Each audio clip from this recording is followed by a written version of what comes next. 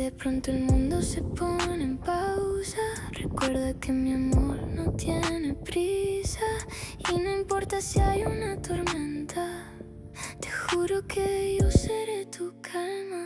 Es que tú me das vida, mi sol, y aunque lo piense no hay nadie mejor. Toda mi fuerza la sacas de mí y si me apago me enciendo por ti. Me hace sentir gigante, mi amor, y aunque lo intente no podría sin vos. Toda mi suerte es gracias a ti y si me pierdo regreso por ti,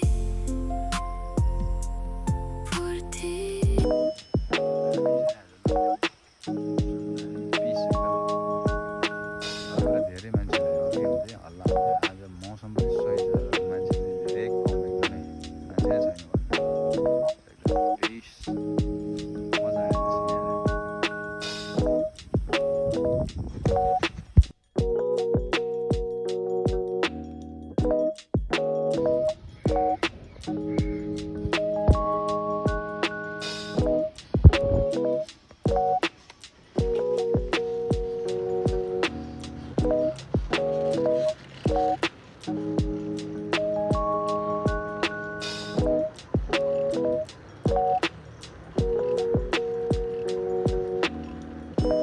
मौसम त बवालै छ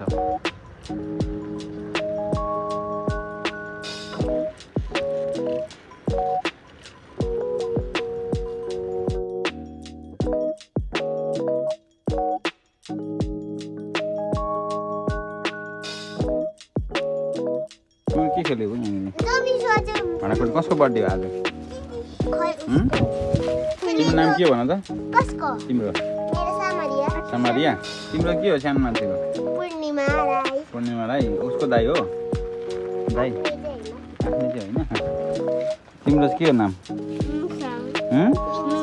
मिङसाङ लिम्बू लिम्बू हो तिमी कुदाइसक्यौ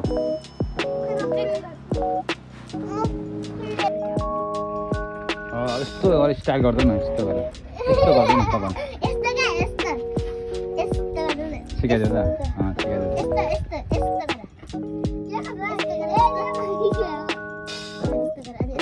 यता हेर त यता हेरेर गर्दैन ल अब गरिदेऊ त कसरी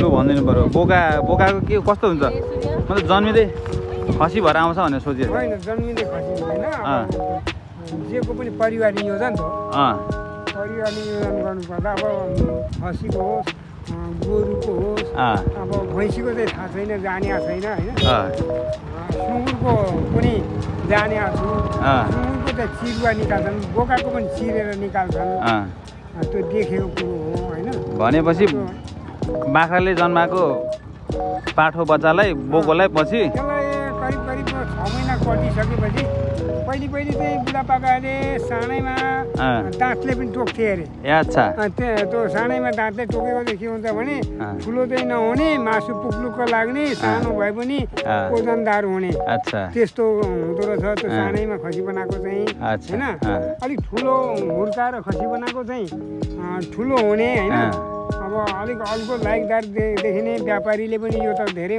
छ भन्ने अनुभव हुने त्यसको चाहिँ अब 6 महिनादेखि उता चाहिँ 1 वर्ष 1.5 वर्षमा पार्छ 1.5 वर्षबाट उता काटेपछि खसी हुन छेस्के हुन्छ किनभने त्यो नसो छिपेपछि त्यो अलिकति काहीँ रह्यो भने त्यो बल्झी जान्छ क्या जोडिन्छ जोडिन्छमा हुँदो रहेछ ल एउटा अर्को नि भन्नु तपाईँले अब यो बोकोलाई खसी पार्ने भन्ने चाहिँ खासमा चाहिँ के हुन्छ हेर बोकोको के दानालाई के त्यो दानामा नसा हुन्छ नि त हाम्रो जस्तै दसिन्द्रियाबाट जाने हाम्रो खानाको पदार्थबाट शरीर बन्ने हो हेर्नुहोस् हजुर जुनसुकै पशुको पनि खाना दिइन्छ घाँसपातबाट भयो अनि अब दाना पानीबाट त्यसैबाट चाहिँ परिणत भएर हाम्रो शरीरमा स्वस्थ भएर जाने हो त्यत्तिकै बन्ने त होइन त्यो खाना पायो भने तपाईँ हामी पनि खाना पायौँ भने शरीर तन्दुरुस्त त हो होइन त्यसै कारणले गर्दा हाम्रो शरीरमा गएको पदार्थ चाहिँ त्यो माथि भगवानले नै प्रकृति गएर अमृत सराय बनाइदिएको छ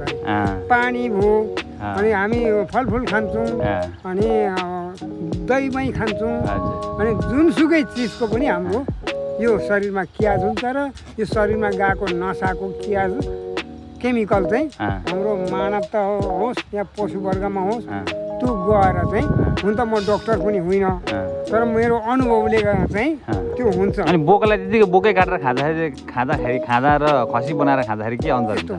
पहिलेको जमानामा पहाडतिर के हुन्छ भने नि खसीको मासु बेग्लै टेस्ट हुन्छ। सबैभन्दा ओरिजिनल मासु नै खसीको। त्यो खसीको बोको पहाडतिर चाहिँ बोको गनाउँछ होइन, त्यो बोको नगनाओस् भनेर खसी बनाएर खाने। त्यसको लागि चाहिँ हो खासमा बोको चाहिँ अहिले पनि बोकै खायो भने बोकाको रङ गनाउँछ।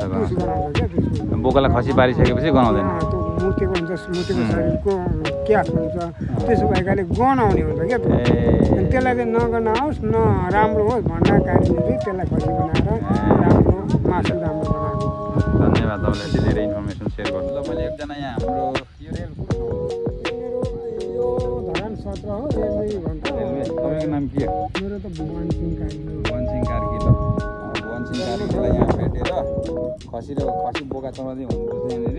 म खसी बोका खसी चाहिँ पार्दिनँ कि आफैले गराएको अनुभव छ नि त। एकैछिन उहाँसँग यसो कुरा गरेको खसीलाई बोकालाई खसी कसरी पारिन्छ भनेर यसो इन्फर्मेसन दिएर मलाई धेरै जानकारी दिनुभयो। ओरिजिनल अब चाहिँ नि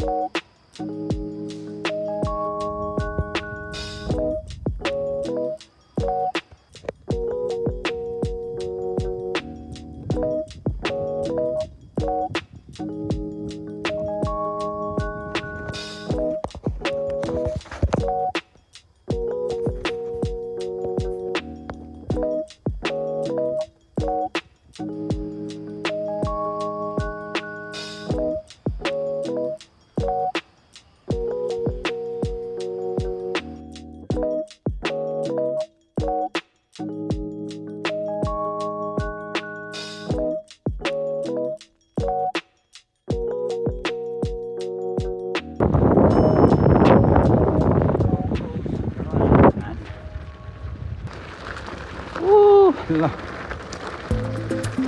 हरियालीको बाटो है, यो चाहिँ हरियालीको बाटो हो। अब घाम छ तल तिनकुनेबाट रोडबाट जाँदाखेरि, so I decided go to this way. ओह्रालो पर्छ। अब यहाँदेखि प्रेमताल निस्किन्छ डाइरेक्ट।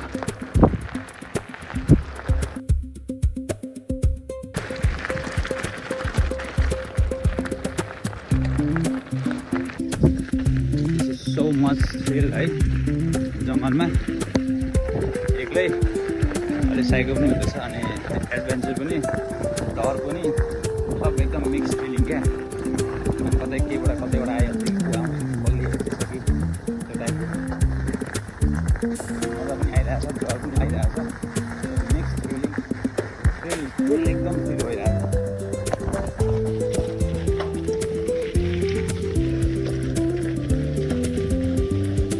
ओह्रालो